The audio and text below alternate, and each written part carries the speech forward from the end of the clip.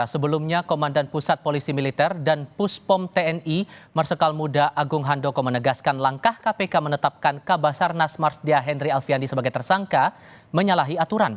Dalam konferensi pers yang tadi, dan Puspom menyebut penetapan tersangka bagi personel militer telah diatur Undang-Undang Militer. Yang berhak menentukan status tersangka personel militer adalah penyidik Puspom TNI.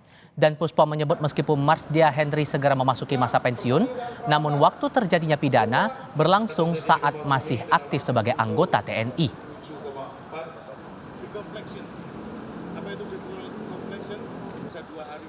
Menurut kami, apa yang dilakukan oleh KPK untuk penetapan personil militer sebagai tersangka menyalahi ketentuan.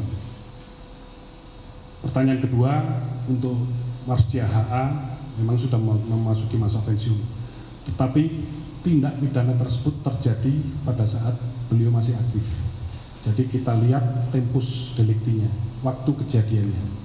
Jadi tetap berdasarkan tempus delikti, yang menangani adalah kewenangan ada di polisi militer. Demikian, terima kasih. TNI menyebut semestinya penyidikan kasus proyek pengadaan di Basarnas yang melibatkan personel militer antara lain Kabasarnas Marsdia Henry dan Letkol Arif ditangani pula oleh penyidik di bawah Jaksa Agung Muda Pidana Militer atau Jampitmil. Tujuannya agar tidak ada kesulitan perbedaan besaran hukuman karena perbedaan proses hukum warga sipil dengan personel militer.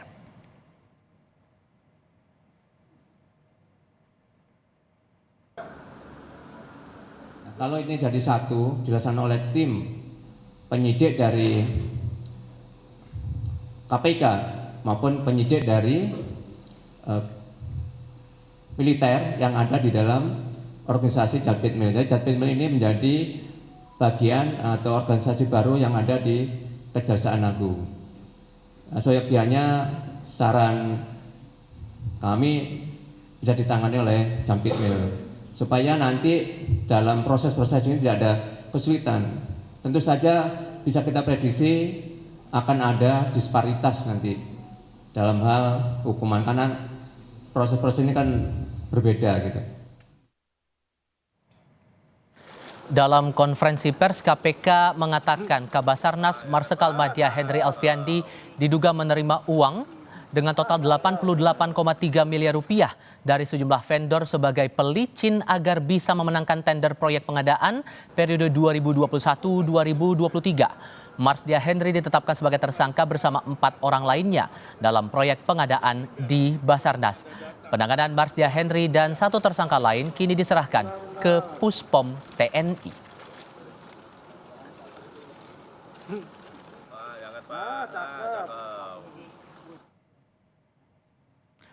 Kabasarnas Marsdia Henry Alfiandi memiliki harta kekayaan mencapai 10,9 miliar rupiah.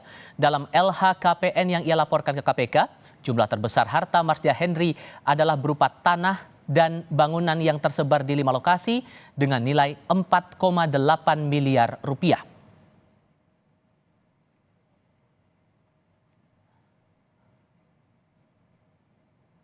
Selain aset tanah dan bangunan, Henry juga memiliki harta berupa alat transportasi dengan total nilai 1,04 miliar rupiah. Salah satunya pesawat Zenith 750 STOL dengan harga 650 juta rupiah.